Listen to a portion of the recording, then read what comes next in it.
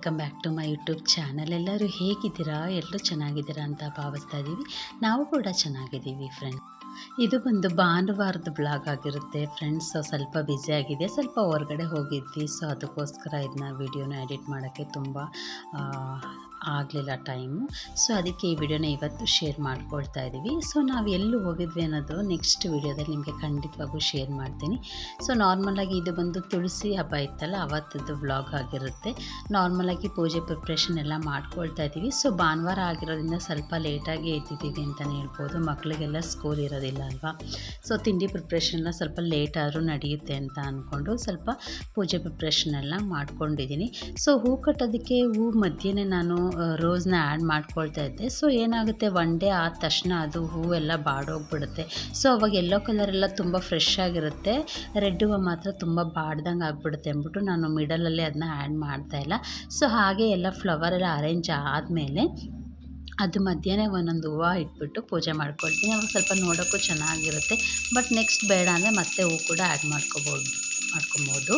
So ಅದಕ್ಕೋಸ್ಕರ ಪೂಜೆ preparation ಎಲ್ಲ ಮಾಡಿಕೊಂಡು ತಿಂಡಿಗೆ ಇವತ್ತು ರೊಟ್ಟಿ ಮಾಡೋಣ ಅಂತ ಅಂದ್ಕೊಂಡಿದ್ದೀನಿ. ರೊಟ್ಟಿಗೆ ತುಂಬ ಚೆನ್ನಾಗಿ ಫೇವ್ರೆಟ್ ಅಂದರೆ ಬದನೆಕಾಯಿ ಪಲ್ಯ ತುಂಬ ಚೆನ್ನಾಗಿರುತ್ತೆ. ಸೊ ಬದನೆಕಾಯಿ ತೊಗೊಂಡು ಬಂದಿದ್ದೆ. ಸೊ ಒಗ್ಗರಣೆ ಹಾಕೊಳ್ಳೋಣ ಅಂತ ರೆಡಿ ಮಾಡ್ಕೊಂಡಿದ್ದೀನಿ.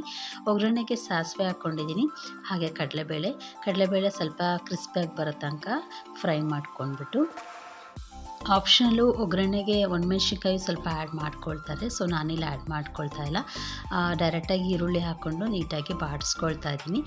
ಸೊ ಏಕೆ ಅಂದರೆ ರಜೆ ಇದ್ದಾಗ ಮಕ್ಕಳಿಗೆ ರೊಟ್ಟಿ ಮಾಡಿದ್ರೆ ತುಂಬ ಇಷ್ಟಪಡ್ತಾರೆ. ಬಟ್ ಲಂಚ್ ಬಾಕ್ಸ್ಗೆ ಹಾಕ್ದಾಗ ಏನಾಗುತ್ತೆ, ಮಧ್ಯಾಹ್ನಕ್ಕೆ ಸ್ವಲ್ಪ ಒಣಗ್ದಂಗೆ ಆಗಿಬಿಡುತ್ತೆ ರೊಟ್ಟಿ. ಮಸಾಲೆ ರೊಟ್ಟಿ ಆದರೆ ನಾನು ಲಂಚ್ ಬಾಕ್ಸ್ಗೆ ಪ್ರಿಪ್ರೇಷನ್ ಮಾಡ್ತೀನಿ, ಏಕೆಂದರೆ ಸ್ವಲ್ಪ ಕರ್ಡೆಲ್ಲ ಹಾಕಿ ಕಲಿಸಿರ್ತೀವಲ್ಲ, ಸ್ವಲ್ಪ ಸಾಫ್ಟಾಗಿರುತ್ತೆ. ನಾರ್ಮಲ್ ಅಕ್ಕಿ ರೊಟ್ಟಿ ಆದರೆ ನಾವು ಡೈರೆಕ್ಟು ನಾವು ಕಳಿಸಿರೋ ಸ್ಕೂಲ್ಗೆ ಮಧ್ಯಾಹ್ನಕ್ಕೆಲ್ಲ ಒಣಗ್ದಂಗೆ ಆಗಿಬಿಡುತ್ತೆ. ಸೊ ತಿನ್ನೋಕ್ಕಾಗಲ್ಲ ಅಂತ ರಜೆ ಇದ್ದಾಗ ಮಾತ್ರ ಪ್ಲೇನ್ ರೊಟ್ಟಿನ ನಾವು ಮಾಡ್ತೀವಿ. ಸೊ ಉದ್ದ ಬದನೆಕಾಯಿನ ಸಣ್ಣಗೆ ಹೆಚ್ಚಿಕೊಂಡಿದ್ದೀನಿ. ಸೊ ಒಗ್ಗರಣೆ ಹಾಕ್ಕೊಳ್ತಾ ಇದ್ದೀನಿ. ಸೊ ಡ್ರೈ ರೋಸ್ಟು ಮಾಡ್ಕೊಳ್ಬೋದು. ರೊಟ್ಟಿಗೆ ಸ್ವಲ್ಪ ಗ್ರೇವಿ ಥರ ಬಂದರೆ ತುಂಬ ಚೆನ್ನಾಗಿರುತ್ತೆ. ಸೊ ಸ್ವಲ್ಪ ಬಾಡಿಸ್ಕೊಂಡಾದಮೇಲೆ 2 ಟೊಮೊಟೊ ಆ್ಯಡ್ ಮಾಡ್ಕೊಂಡಿದ್ದೀನಿ. ಟೊಮೊಟೊ ಎಲ್ಲ ನೀಟಾಗಿ ಸ್ವಲ್ಪ ಬೆಂದಾದಮೇಲೆ ಸ್ವಲ್ಪ ಖಾರದ ಪುಡಿ, ಬೇಕಿದ್ದರೆ ಬೇಳೆ ಸಾರು ಪುಡಿನೂ ಸ್ವಲ್ಪ ಆ್ಯಡ್ ಮಾಡ್ಕೋಬೋದು. ನಾನು ಸ್ವಲ್ಪ ಖಾರದ ಪುಡಿ ಹಾಗೆ ಬೇಳೆ ಸಾರು ಪುಡಿ ಎರಡನ್ನೂ ಕೂಡ ಆ್ಯಡ್ ಮಾಡಿಕೊಂಡು ಸ್ವಲ್ಪ ಬೇಯಿಸ್ಕೊಳ್ತಾ ಇದ್ದೀನಿ. ಸೊ ತಿಂಡಿ ಆದಮೇಲೆ ತಿಂಡಿ ಜೊತೆಗೇ ಸ್ವಲ್ಪ ಅಡುಗೆ ಪ್ರಿಪ್ರೇಷನ್ ಮಾಡ್ಕೊಂಬಿಟ್ರೆ ಮಧ್ಯಾಹ್ನ ಸ್ವಲ್ಪ ಹೊರಗಡೆ ಹೋಗೋದಿದೆ, ತುಳಸಿ ಹಬ್ಬ ಅಲ್ವಾ, ಸ್ವಲ್ಪ ನೆಲ್ಲಿಕಾಯಿ ಗಿಡ ಎಲ್ಲ ತೊಗೊಂಡು ಬರಬೇಕು. ಅದಕ್ಕೋಸ್ಕರ ಬೆಳಗ್ಗೆ ಸ್ವಲ್ಪ ಎಷ್ಟಾಗುತ್ತೆ ಅಷ್ಟು ಕೆಲಸಗಳು ಮುಗಿಸ್ಕೊಂಡ್ಬಿಟ್ರೆ ಈವ್ನಿಂಗು ಮತ್ತೆ ಪೂಜೆಗೆಲ್ಲ ರೆಡಿ ಮಾಡ್ಕೋಬೋದು ಅಂತ. ಸೊ ತಿಂಡಿಗೆ ಇಲ್ಲಿ ರೊಟ್ಟಿಗೆ ಬದನೆಕಾಯಿ ಪಲ್ಯ ಮಾಡ್ಕೊಳ್ತಾ ಇದ್ದೀನಿ. ಸೊ ರೊಟ್ಟಿಗೆ ಎಣ್ಗಾಯಿ ಪಲ್ಯನೂ ಸಹ ಮಾಡ್ಕೊಬೋದು, ತುಂಬ ಚೆನ್ನಾಗಿರುತ್ತೆ ಟೇಸ್ಟು. ಒಬ್ಬೊಬ್ಬರು ಮೊಟ್ಟೆ ಪಲ್ಯನೂ ಮಾಡ್ಕೊಳ್ತಾರೆ. ಸೊ ಇವಾಗ ಕಾರ್ತಿಕ ಮಾಸ ಆಗಿರೋದ್ರಿಂದ ಸ್ವಲ್ಪ ನಾನ್ ವೆಜ್ಜು ಎಲ್ಲ ಏನು ತಿಂತಾ ಇರಲ್ಲ. ಆಬ್ವಿಯಸ್ಲಿ ಸ್ವಲ್ಪ ಜಾಸ್ತಿ ಜನ ಕಾರ್ತಿಕ ಮಾಸ ಸೆಲೆಬ್ರೇಟ್ ಮಾಡ್ತೀವಿ. ಸೊ ಫೈನಲಿ ಸ್ವಲ್ಪ ಖಾರದ ಪುಡಿ ಹಾಕ್ಕೊಂಡಿದ್ದೀನಿ, ಸ್ವಲ್ಪ ಬೇಳೆ ಸಾರು ಪುಡಿನೂ ಹಾಕ್ಕೊಂಡು ಪಲ್ಯ ಎಲ್ಲ ರೆಡಿ ಮಾಡ್ಕೊಳ್ತಾ ಇದ್ದೀನಿ.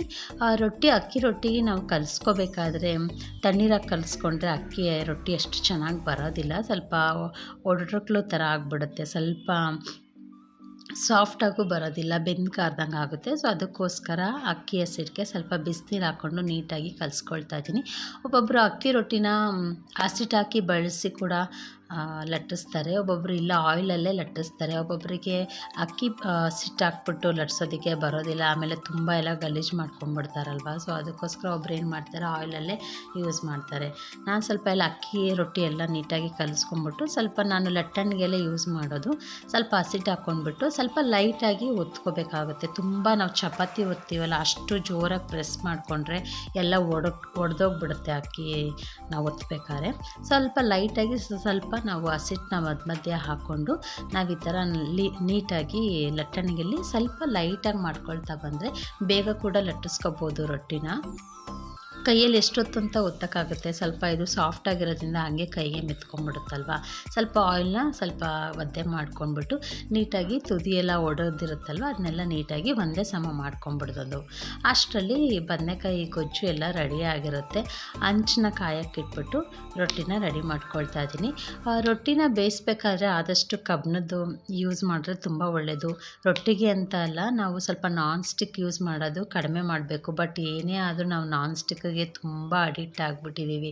ಎಷ್ಟೇ ಮಾಡಿದ್ರು ದೋಸೆ ನಾವು ನಾರ್ಮಲ್ ಕಬ್ಬಿಣದ ಮೇಲೆ ಹಾಕಿದ್ರೆ ಅಷ್ಟು ನೀಟಾಗಿ ಬರಲ್ಲ, ಗರಿ ಗರಿಯಾಗಿ ಅಂತ ನಾನ್ ಸ್ಟಿಕ್ಕೇ ಜಾಸ್ತಿ ಯೂಸ್ ಮಾಡ್ತೀವಿ. ಬಟ್ ರೊಟ್ಟಿಗಾದರೆ ನೋಡಿ ಕಬ್ಬಿಣದ್ದೇ ಯೂಸ್ ಮಾಡ್ತೀವಿ, ಏಕೆಂದರೆ ಅದು ಸ್ವಲ್ಪ ಹಾರ್ಡ್ ಬಂದರೂ ತಿನ್ನೋಕ್ಕೆ ಚೆನ್ನಾಗಿರುತ್ತೆ ಅಂತ. ಸೊ ಫೈನಲಿ 2 ಕಡೆನೂ ಬೇಯಿಸ್ಕೊಂಡಿದ್ದೀನಿ.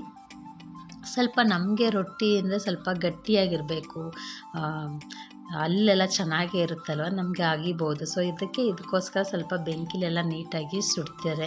ಹಳೆ ಕಾಲದಲ್ಲೆಲ್ಲ ಏನು ಮಾಡ್ತಿದ್ರು ಅಂದರೆ ಒಲೆಯಲ್ಲಿ ಸುಡ್ತಾಯಿದ್ರು. ನಮ್ಮ ಅಜ್ಜಿಯವರೆಲ್ಲ ಇದ್ದಾಗ, ನಾವು ಊರುಗಳಿಗೆ ಹೋದಾಗ ರಜೆಗಳಿಗೆ ಅಜ್ಜಿ ನಮಗೆ ಹೇಳ್ಕೊಡ್ತಿದ್ರು, ಒಲೆಯಲ್ಲಿ ಮಾಡ್ತಾಯಿದ್ರು ನಮ್ಮ ಅಜ್ಜಿ. ನಮ್ಮಪ್ಪ ಅವ್ರ ಊರಲ್ಲಿ ಅವರು ಒಲೆಯಲ್ಲಿ ಈ ಥರ ಸುಟ್ಟು ಹೇಳ್ಕೊಡ್ತಾಯಿದ್ರು, ಯಾವ ರೀತಿ ಸುಡೋದು ಅಂತ. ನಾವು ಅದೆಲ್ಲ ನೋಡಿರೋದ್ರಿಂದ ಸ್ವಲ್ಪ ಅದರದ್ದು ಗೊತ್ತು ಯಾವ ರೀತಿ ಮಾಡ್ತಾರೆ. ಸೊ ಫೈನಲಿ ರೊಟ್ಟಿ ಪಲ್ಯ ರೆಡಿ ಆಗಿದೆ. ಮಕ್ಳಿಗೆಲ್ಲ ಕೊಟ್ಬಿಟ್ಟು ಸ್ವಲ್ಪ ಅಡುಗೆ ಪ್ರಿಪ್ರೇಷನ್ ಮಾಡ್ಕೊಬೇಡ ಅಂತ ಅಡುಗೆಗೆ ತೊಗರಿಕಾಳು ಸುಲಿದಿಟ್ಟಿರೋದಿತ್ತು ಸ್ವಲ್ಪ, ಅದಕ್ಕೋಸ್ಕರ ಅದನ್ನೇ ಮಾಡಬೇಡ ಅಂದ್ಬಿಟ್ಟು ಒಗ್ಗರಣೆಗೆ ಇಲ್ಲಿ ರುಬ್ಬಕ್ಕೆ ನಾನು ಈರುಳ್ಳಿ, ಬೆಳ್ಳುಳ್ಳಿ, ಶುಂಠಿ, ಚಕ್ಕೆ, ಲವಂಗ, ಮೆಣಸು ಹಾಕ್ಕೊಂಡು ಖಾರದ ಪುಡಿ, ಧನಿಯಾ ಪುಡಿ, ಮಿಕ್ಸ್ ಪುಡಿ ಮಾಡಿಕೊಂಡಿದ್ದೀವಿ. ಸೊ ಅದನ್ನೇ ಇಲ್ಲಿ ಹಾಕ್ಕೊಳ್ತಾ ಇದ್ದೀನಿ. ಸ್ವಲ್ಪ ಅರ್ಧ ಸ್ಪೂನಷ್ಟು ಖಾರದ ಪುಡಿ ಹಾಕ್ಕೊಂಡು ಗ್ರೈಂಡ್ ಮಾಡ್ಕೊಳ್ತಾ ಇದ್ದೀನಿ. ಸೊ ಒಗ್ಗರಣೆಗೆ ಸ್ವಲ್ಪ ಆಯಿಲ್ ಹಾಕ್ಕೊಳ್ತಾ ಇದ್ದೀನಿ. ಆಯಿಲ್ ಕಾದಾದಮೇಲೆ ಸ್ವಲ್ಪ ಸಾಸಿವೆ ಹಾಕ್ಕೊಂಡ್ಬಿಟ್ಟು, ನಾವು ಒಗ್ಗರಣೆಗೆ ಈರುಳ್ಳಿ ಬೇಕಿದ್ರೆ ಆಪ್ಷನಲ್ಲು, ನಿಮಗೆ ಇಷ್ಟ ಇದ್ದರೆ ಹಾಕ್ಕೋಬೋದು. ನಂಗೆ ತುಂಬ ಇಷ್ಟ ಆಗುತ್ತೆ ಸ್ವಲ್ಪ ಈರುಳ್ಳಿ ಒಗ್ಗರಣೆಗೆ ಹಾಕ್ಕೊಳ್ಳೋದ್ರಿಂದ. ಸ್ವಲ್ಪ ಒಗ್ಗರಣೆ ಎಲ್ಲ ಬಾಡಾದಮೇಲೆ ಸ್ವಲ್ಪ ಕಾಳೆ ನಾವು ಎತ್ತಿಟ್ಕೊಂಡು ವಾಶ್ ಮಾಡಿ ಇಟ್ಕೊಂಡಿದ್ದೀನಿ. ಸೊ ಅದನ್ನು ಸ್ವಲ್ಪ ಫ್ರೈ ಮಾಡ್ಕೊಳ್ತೀನಿ. ಸ್ವಲ್ಪ ಹಸಿ ವಾಸನೆ ಹೋಗೋವರೆಗೂ ನೀಟಾಗಿ ಫ್ರೈ ಮಾಡ್ಕೊಳ್ಬಿಡ್ತೀನಿ. ಸೊ ಇದಕ್ಕೆ ಡೈರೆಕ್ಟಾಗಿ ಖಾರದ್ದು ರುಬ್ಬಿರ್ತೀವಲ್ಲ ಅದನ್ನೇ ಹಾಕ್ಕೊಬಿಡ್ಬೋದು. ಸೊ ನಾನೇನಂದರೆ ಸ್ವಲ್ಪ ಟೊಮೊಟೊ ಒಗ್ಗರಣೆ ಹಾಕ್ಕೊಂಡ್ಬೇಡ ಅಂದ್ಬಿಟ್ಟು ಏನಿದು ಒಗ್ಗರಣೆ ಹಾಕಿದ್ದೀನಲ್ವ ಅದನ್ನು ಸ್ವಲ್ಪ ಬೇರೆ ಪಾತ್ರೆಗೆ ಹಾಕ್ಕೊಂಡ್ಬಿಡ್ತೀನಿ. ಇಲ್ಲಾಂದರೆ ಮತ್ತೆ ಒಗ್ಗರಣೆ ಹಾಕೋಕ್ಕೆ ಬೇರೆ ಪಾತ್ರೆ, ಟೊಮೊಟೊ ಎಲ್ಲ ಆಯಿಲೆಲ್ಲ ಹಾಕ್ಕೊಂಡು ಬೇರೆ ಇದು ಮಾಡ್ಕೋಬೇಕಲ್ವ ಅಂದ್ಬಿಟ್ಟು ಈ ಪಾತ್ರೆಗೆ ಸ್ವಲ್ಪ ಒಗ್ಗರಣೆ ಹಾಕ್ಕೊಂಡು, ಸ್ವಲ್ಪ ಆಯಿಲ್ ಒಗ್ಗರಣೆ ಹಾಕ್ಕೊಂಡ್ಬಿಟ್ಟು ಟೊಮೊಟೊನ ಒಗ್ಗರಣೆ ಹಾಕ್ಕೊಂಬೇಡ ಅಂತ ಇದಕ್ಕೆ ರೆಡಿ ಮಾಡ್ಕೊಳ್ತಾ ಇದ್ದೀನಿ. ಸೊ ಸ್ವಲ್ಪ ಟೈಮ್ ಆಗಿರೋದ್ರಿಂದ ವಿಜಿಲ್ ಹಾಕ್ಕೊಂಡ್ಬಿಟ್ರೆ ಕಾಳು ಸ್ವಲ್ಪ ಬೇಗ ಬೇಯುತ್ತೆ, ಸ್ವಲ್ಪ ಟೈಮು ಸೇವ್ ಆಗುತ್ತೆ ಅಂತ. ಯಾಕೆಂದರೆ ಕಾಳು ಬೇಯೋದು ತುಂಬ ಲೇಟ್ ಆಗುತ್ತಲ್ವ, ಸ್ವಲ್ಪ ಇದು ಬೇಯಲಿ ಅಂತ ಸ್ವಲ್ಪ ಉಪ್ಪನ್ನ ಆ್ಯಡ್ ಮಾಡ್ಕೊಂಡಿದ್ದೀನಿ. ಸ್ವಲ್ಪ ನೀಟಾಗೆಲ್ಲ ಬೆಂದಾದಮೇಲೆ ಸ್ವಲ್ಪ ಮೆಂತ್ಯ ಸೊಪ್ಪು ಹಸಿದಿತ್ತು ಅದು, ಸೊ ಅದಕ್ಕೋಸ್ಕರ ಸ್ವಲ್ಪ ಟೇಸ್ಟ್ ಚೆನ್ನಾಗಿರುತ್ತೆ ಅಂತ ಸ್ವಲ್ಪ ಆ್ಯಡ್ ಮಾಡ್ಕೊಳ್ತಾ ಇದ್ದೀನಿ. ನಾವು ಸಾಮಾನ್ಯವಾಗಿ ಸೊಪ್ಪು ಸಾರು ಮಾಡೋದು ಕಡಿಮೆನೇ ಅಲ್ವಾ, ಏಕೆಂದರೆ ಈಗಿನ ಟೈಮಲ್ಲಿ ಸೊಪ್ಪುಗಳು ತಂದು ಸೋಸಿ ಮಾಡೋದು ಸ್ವಲ್ಪ ಕಷ್ಟನೇ ಆಗ್ಬೋದು. ಸೊ ಮಕ್ಳುಗಳಿಗೆ ಸೊಪ್ಪು ಮಾಡಿಕೊಡೋದು ತುಂಬ ಒಳ್ಳೆಯದು. ಅದೇ ರೀತಿ ನಾವು ಸೊಪ್ಪನ್ನ ಮಕ್ಳಿಗೆ ಗೊತ್ತಾಗದಿರೋ ಥರ ಯಾವ ರೀತಿ ಒಂದು ಪದಾರ್ಥದಲ್ಲಿ ಆ್ಯಡ್ ಮಾಡಬೇಕು ಅನ್ನೋದು ತುಂಬ ಇಂಪಾರ್ಟೆಂಟ್ ಆಗುತ್ತೆ. ಸೊ ಅದಕ್ಕೋಸ್ಕರ ಸ್ವಲ್ಪ ಫ್ಲೇವರ್ ಚೆನ್ನಾಗಿರುತ್ತೆ ಅಂತ ಇದ್ರ ಜೊತೆಗೇ ಆ್ಯಡ್ ಮಾಡಿಕೊಂಡು ಖಾರ ರುಬ್ಬಿರೋದನ್ನೆಲ್ಲ ಒಗ್ಗರಣೆ ಹಾಕ್ಕೊಂಡಿದ್ದೀನಿ. ಆಮೇಲೆ ರುಚಿಗೆ ಎಷ್ಟು ಬೇಕೋ ಅಷ್ಟು ಉಪ್ಪನ್ನ ಹಾಕ್ಕೊಂಡು ಬೇಯಿಸ್ಕೊಳ್ತಾ ಇದ್ದೀನಿ. ಸೊ ಇದಕ್ಕೆ ಒಂದು ಆಲೂಗಡ್ಡೆ ಆ್ಯಡ್ ಮಾಡ್ಕೊಳ್ತಾ ಇದ್ದೀನಿ. ಸೊ ಬದನೆಕಾಯಿ ಬೆಳಗ್ಗೆ ಇದ್ದಿದ್ದನ್ನ ನಾನು ರೊಟ್ಟಿಗೆ ಹಾಕ್ಕೊಳೋದ್ರಿಂದ ಇದಕ್ಕೆ ಬದನೆಕಾಯಿ ನೋಡೋಣ ಇದ್ದರೆ ಹಾಕ್ಕೊಳ್ಳೋಣ ಅಂದ್ಬಿಟ್ಟು ಒಂದು ವಿಷಿಲ್ ಹಾಕ್ಬಿಟ್ಟು 2 ವಿಷಿಲ್ ಹಾಕ್ಕೊಂಡ್ಬಿಡ್ತೀನಿ. 2 ವಿಷಿಲ್ ಆದಮೇಲೆ ಕಾಯಿ ರೆಡಿ ಮಾಡ್ಕೊಳ್ತಾ ಇದ್ದೀನಿ. ಕಾಯಿಗೆ ಸ್ವಲ್ಪ ಗಸಗಸೆ ಹಾಕ್ಕೊಂಡಿದ್ದೀನಿ. ಕಾಯಿ ನಾವು ಎಷ್ಟು ಸ್ವಲ್ಪ ಗಸಗಸೆ ಏನಾರು ಆ್ಯಡ್ ಮಾಡ್ಕೊಬೋದು, ಇಲ್ಲಾಂದರೆ ಅಕ್ಕಿ ಹುರಿದಿರ್ತೀವಲ್ಲ ಅದನ್ನು ಸಹ ಆ್ಯಡ್ ಮಾಡ್ಕೊಬಿಡ್ಬೋದು. ಸೊ ನಮ್ಮ ಬಿಸಿ ಸಾರು ಮಾಡಿದಾಗ ಮುದ್ದೆ ಮಾಡಲೇಬೇಕು, ನಮ್ಮ ಮನೆಯವ್ರು ಮನೇಲಿ ಇದ್ದರೆ ಡ್ಯೂಟಿ ಇಲ್ಲ ಅಂದಾಗ. ಸೊ ಅದಕ್ಕೋಸ್ಕರ 1-2 ಮುದ್ದೆ ಎಷ್ಟು ನಮ್ಮ ಮಕ್ಳಿಗೂ ಸ್ವಲ್ಪ ತಿಂತಾರೆ ಅಷ್ಟೇ, 2 ಮುದ್ದೆ ಮಾಡ್ಕೊಳ್ತೀನಿ ಅಷ್ಟೇ. ಅವ್ರಿಗೊಂದು ಮುದ್ದೆ, ಇನ್ನೊಂದು ಮುದ್ದೆಲಿ ನಾನು ನನ್ನ ಮಕ್ಕಳು ತೊಗೊಳ್ತೀವಿ. ಸೊ ಅದಕ್ಕೋಸ್ಕರ 2 ಮುದ್ದೆಗೆ ಎಷ್ಟು ಬೇಕು ಅಷ್ಟನ್ನ ಒಂದು ಚಿಕ್ಕ ಪಾತ್ರೆಯಲ್ಲಿ ಹಾಕ್ಕೊಂಡಿದ್ದೀನಿ. ಹಾಗೆ ಸಾರು ಕೂಡ ವಿಜಿಲ್ ಆಗಿದೆ, ವಿಜಿಲ್ ಎತ್ಕೊಂಡಿದ್ದೀನಿ. 1-2 ಬದನೆಕಾಯಿ ಇತ್ತು, ಸೊ ಅದನ್ನು ಈ ಜೊತೆಗೆ ಆ್ಯಡ್ ಮಾಡ್ಕೊಳ್ತಾ ಇದ್ದೀನಿ. ಇದು ಸಾರು ಜೊತೆಗೆ ಮುದ್ದೆ ಮಾಡ್ಕೊಳ್ತಾ ಇದ್ದೀನಿ, ನೀವು ನೋಡ್ತಾ ಇರ್ಬೋದು. ಸ್ವಲ್ಪ ಇದು ಬಿಸಿ ಎಲ್ಲ ಆದಮೇಲೆ ನಾನು ವೇಟ್ ಮಾಡೋದಿಲ್ಲ ಜಾಸ್ತಿ ಹೊತ್ತು ಅದು ಕಾಯಲಿ ಅಂತ, ಯಾಕೆಂದರೆ ನಾವು ಆಲ್ರೆಡಿ ನೀರಲ್ಲೇ ಚೆನ್ನಾಗಿ ಕುದೀಲಿ ಬೆಂದಿರುತ್ತಲ್ವ. ಸೊ ಆ ಕುದಿಗೆ ಚೆನ್ನಾಗಿ ಮಿಕ್ಸ್ ಮಾಡ್ಕೊಂಬಿಟ್ರೆ ಅದೇ ಬಿಸಿಲಿ ಇದು ನೀಟಾಗಿ ಅಬ್ಸರ್ವ್ ಮಾಡ್ಕೊಂಬಿಡುತ್ತೆ. ಸೊ ಕಾಯೋ ಅವಶ್ಯಕತೆ ಇಲ್ಲ, ಆವಾಗ ನಮಗೆ ಬೆಂದಿರೋದು ನೀಟಾಗಿ ಗೊತ್ತಾಗುತ್ತೆ. ನೀಟಾಗೆಲ್ಲ ಮಿಕ್ಸ್ ಮಾಡ್ಕೊಬಿಡ್ಬೋದು. ಬೇಕಿದ್ದರೆ ಮಧ್ಯದಲ್ಲಿ ಸ್ವಲ್ಪ ವಾಟರ್ನ ಬಿಸಿನೀರನ್ನ ಆ್ಯಡ್ ಮಾಡ್ಕೊಬೋದು. ನಾನು ಗಂಜಿಲಿ ಏನು ಸಪ್ರೇಟಾಗಿ ಎತ್ತಿಟ್ಕೊಂಡಿಲ್ಲ. ಸ್ವಲ್ಪ ಉಪ್ಪನ್ನ ಹಾಕ್ಕೊಂಡ್ರೆ, ಹಳಿ ಉಪ್ಪು ಹಾಕ್ಕೊಂಡ್ರೆ ನೀಟಾಗಿ ಅದು ಹೊಂದ್ಕೊಳ್ಳುತ್ತೆ ನಮಗೆ. ಹಿಟ್ಟೆಲ್ಲ ಏನಿದೆ ಅದು ಗಂಟು ಆಗೋದಿಲ್ಲ ಅಂತ ಸ್ವಲ್ಪ ಹಾಕ್ಕೋಬೋದು. ಬೇಕಿದ್ರೆ ಆಪ್ಷನಲ್ಲು ತುಪ್ಪನೂ ಬೇಕಾದ್ರೆ ಆ್ಯಡ್ ಮಾಡ್ಕೋಬೋದು ಮಿಡಲಲ್ಲಿ, ಸ್ವಲ್ಪ ನೀಟಾಗಿ ಹೊಂದ್ಕೊಳ್ಳಿ ಬೇಗ ಅನ್ನೋರು ಸ್ವಲ್ಪ, ಇಲ್ಲಾಂದರೆ ಆಯಿಲು ಕೂಡ ಆ್ಯಡ್ ಮಾಡ್ಕೊಳ್ತಾರೆ. ಅದು ಅವ್ರವ್ರ ಆಪ್ಷನಲ್ಲು. ಸೊ ಇದೆಲ್ಲ ಆದಮೇಲೆ ಮುದ್ದೆ ಎಲ್ಲ ರೆಡಿ ಆಯಿತು. ಆಲ್ಮೋಸ್ಟ್ ಎಲ್ಲ ಮುದ್ದೆ ಎಲ್ಲ ಬೆಂದಿದೆ, ಸಾರು ಎಲ್ಲ ಮಳ್ಳಕ್ಕೆ ಶುರುವಾಗಿದೆ. ಕಾಯಿನ ನಾನು ರುಬ್ಬಕ್ಕೆ ಇಟ್ಕೊಂಡಿದ್ನಲ್ಲ, ಅದನ್ನೆಲ್ಲ ರುಬ್ಬಿ ಜೊತೆಗೆ ಆ್ಯಡ್ ಮಾಡ್ಕೊಳ್ತಾ ಇದ್ದೀನಿ. ಸೊ ಒಬ್ಬೊಬ್ಬರು ಖಾರದ ಜೊತೆಗೆ ಕಾಯಿನೂ ಕೂಡ ರುಬ್ಕೊಳ್ತಾರೆ. ಸೊ ಕಾಯಿ ಜೊತೆ ರುಬ್ಕೊಳ್ದೆ ಸಪ್ರೇಟಾಗಿ ಮಾಡಿದ್ರೆ ಸಾರು ಒದಗೋದೇ ಇಲ್ಲ ನಮಗೆ, ಸಾರೇ ತುಂಬ ಶಾರ್ಟೇಜ್ ಆಗಿಬಿಡುತ್ತೆ. ಸೊ ನಾನು ಸಪ್ರೇಟಾಗೇ ರುಬ್ಕೊಳ್ಳೋದು. ಬರೀ 1 ಟೈಮ್ ಬೇಕು ಅಂದರೆ ಮಾತ್ರ ನಾನು ಆ ರೀತಿ ಮಾಡ್ತೀನಿ. 2 ಟೈಮ್ ಬೇಕಾದಾಗ ಏನಾಗುತ್ತೆ ಈ ರೀತಿ ಮಾಡ್ಕೊಳ್ತೀನಿ. ಸೊ ಫೈನಲಿ ಸಾಂಬಾರು ರೆಡಿ ಆಯಿತು, ಮುದ್ದೆನೂ ರೆಡಿ ಆಯಿತು. ನಮ್ಮ ಮನೆಯವ್ರಿಗೆ ಮುದ್ದೆ ಸಾರು ಜೊತೆ ಎಲ್ಲ ರೆಡಿ ಮಾಡಿ ಕೊಟ್ಟಿದ್ದೀನಿ. ಸ್ವಲ್ಪ ಇದೆಲ್ಲ ಆದಮೇಲೆ ಹೊರಗಡೆ ಹೋಗಿ ಬರಬೇಕು. ಹೊರಗಡೆ ಹೋಗಿ ನೆಲ್ಲಿಕಾಯಿ ಗಿಡ ಎಲ್ಲ ತೊಗೊಂಡು ಬರಬೇಕು. ಸೊ ಅದ್ರದ್ದೆಲ್ಲ ವೀಡಿಯೋ ನಾನೇನು ಮಾಡ್ಕೊಂಡಿಲ್ಲ. ಸೊ ಈವ್ನಿಂಗ್ ಆಯಿತು ಅಲ್ವಾ, ಸ್ವಲ್ಪ ರಂಗೋಲಿ ಬಿಟ್ಕೊಳ್ಳೋಣ ಅಂತ ಹೇಳ್ಬಿಟ್ಟು ಮತ್ತೆ ಎಲ್ಲ ಗುಡಿಸಿ ಎಲ್ಲ ಒರೆಸ್ಕೊಂಡಿದ್ದೀನಿ. ಇದು ಆಲ್ರೆಡಿ ಬೆಳಗ್ಗೆ ನಾನು ಆಲ್ರೆಡಿ ರಂಗೋಲಿ ಬಿಟ್ಟಿದ್ನಲ್ವ, ಅದ್ರ ಕೆಳಗಡೆ ಸ್ವಲ್ಪ ಸಿಂಪಲಾಗಿ ಒಂದು ಅಚ್ಚು ಬಳಸ್ಬಿಟ್ಟು ಯಾವಾಗಲೂ ವೈಟ್ ರಂಗೋಲಿನೇ ಬಿಡ್ತಾಯಿದ್ನಲ್ವ. ಸೊ ಇವಾಗ ಸ್ವಲ್ಪ ಕಲರ್ ಟ್ರೈ ಮಾಡೋಣ ಅಂದ್ಬಿಟ್ಟು colour rangoli yellow with pink combination try ಮಾಡೋಣ ಅಂತ ಮಾಡ್ತಾಯಿದ್ದೀನಿ. ಸೊ ಇದು ಬಳಸೋದಕ್ಕೆ ರಂಗೋಲಿ ಪುಡಿ ಹಾಕ್ಕೊಳ್ಳೋ ಡಬ್ಬ ಇತ್ತು. ಸೊ ಅದನ್ನೆಲ್ಲೋ ಇಟ್ಬಿಟ್ಟಿದ್ದೀನಿ. ಸೊ ಅದು ಸಿಕ್ತಿಲ್ದಿರೋದ್ರಿಂದ ಹಾಗೆ ಕೈಯಲ್ಲೆಲ್ಲನೂ ಸ್ಪ್ರೆಡ್ ಮಾಡ್ಕೊಳ್ತಾ ಇದ್ದೀನಿ. ಸೊ ಹೊರಗಡೆ ಔಟ್ಲೈನ್ಗೆ ಪಿಂಕ್ ಹಾಕ್ಕೊಂಡು ಈ ಥರ ನಮ್ಮದು ರಂಗೋಲಿ ಬಂದಿದೆ. ಚೆನ್ನಾಗಿ ಬಂದಿದೆ. ಫಸ್ಟ್ ಟೈಮ್ ಟ್ರೈ ಮಾಡಿದೆ, ಆದರೂ ಕೂಡ ತುಂಬ ಚೆನ್ನಾಗಿ ಬಂತು. ಸ್ವಲ್ಪ ಔಟರ್ ಲೇಯರು ಸ್ವಲ್ಪ ಪ್ಲೇನ್ ಅನಿಸ್ತಿತ್ತಲ್ವ ಅಂದ್ಬಿಟ್ಟು ಇನ್ನೊಂದು ಸ್ವಲ್ಪ ಚೆನ್ನಾಗಿ ಕಾಣಂಗೆ ಹಾಕೋಣ ಅಂದ್ಬಿಟ್ಟು ಹೊರಗಡೆ ಎಲ್ಲ ಸ್ವಲ್ಪ ಚುಕ್ಕಿ ಚುಕ್ಕಿ ಥರ ಯೆಲ್ಲೋ ಕಲರಲ್ಲಿ ಇಟ್ಕೊಳ್ತಾ ಹೋಗ್ತಾಯಿದ್ದೀನಿ. ಸೊ ನಾವು ಯಾವ ರೀತಿ ಕ್ರಿಯೇಟಿವಿಟಿಯಾಗಿ ಮಾಡ್ಕೋಬೋದು, ಅದು ನಮಗೆ ನಾವು ಓನ್ ಮಾಡ್ತಾ ಇರ್ಬೇಕಾದ್ರೆ ಅದು ಮೈಂಡು ಹೊಳಿತಾ ಹೋಗುತ್ತೆ, ಈ ರೀತಿ ಮಾಡಿದ್ರೆ ಚೆನ್ನಾಗಿರುತ್ತೆ ಅಂತ.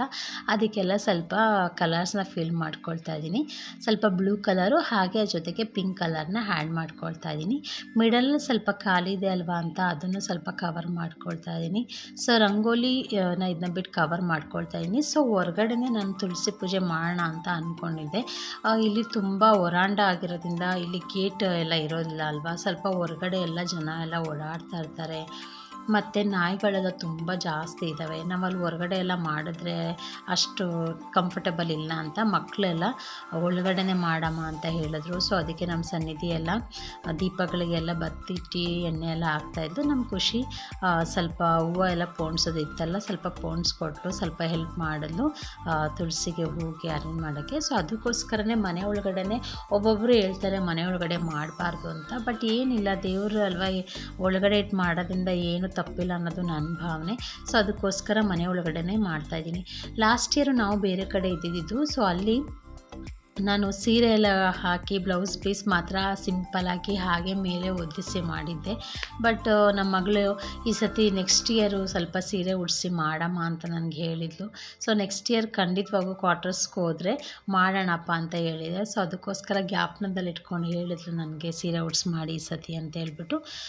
ಲಕ್ಷ್ಮಿ ಹಬ್ಬ ಅಲ್ವಾ, ದೀಪಾವಳಿ 2ನೇ ಹಬ್ಬ ಅಂತಲೇ ಹೇಳ್ಬೋದು. ದೀಪಾವಳಿ ಹಬ್ಬ ಯಾರಿಗೆ ಮಾಡೋಕ್ಕಾಗಿರೋದಿಲ್ಲ, ಅವರು ಈ ತುಳಸಿ ಹಬ್ಬ ದಿವಸನ 2ನೇ ದೀಪಾವಳಿ ಹಬ್ಬ ಮನೇಲಿ ಸೆಲೆಬ್ರೇಟ್ ಮಾಡ್ತಾರೆ. ಒಬ್ಬಟ್ಟೆಲ್ಲ ಮಾಡಿ ವಿಶೇಷವಾಗಿಯೇ ಮಾಡ್ತಾರೆ ಅಂತಲೇ ಹೇಳ್ಬೋದು. ಪಟಾಕಿಗಳೆಲ್ಲ ಹೊಡಿತಾರೆ. ಸೊ ನಮ್ಮ ಮಕ್ಕಳು ಪಟಾಕಿ ಕಡೆ ಗಮನ ಸ್ವಲ್ಪ ಕಡಿಮೆ ಇತ್ತು. ಏಕೆಂದರೆ ಫಸ್ಟ್ ಅವರು ದೀಪಾವಳಿ ಹಬ್ಬದಲ್ಲಿ 3 ಡೇಸ್ ಕಂಟಿನ್ಯೂಸ್ ಆಗಿ ಪಟಾಕಿ ಎಲ್ಲ ಹೊಡೆದಿದ್ದರಿಂದ ಮತ್ತೆ ಪಟಾಕಿ ಅಂತೆಲ್ಲ ಏನೂ ಕೇಳಲಿಲ್ಲ.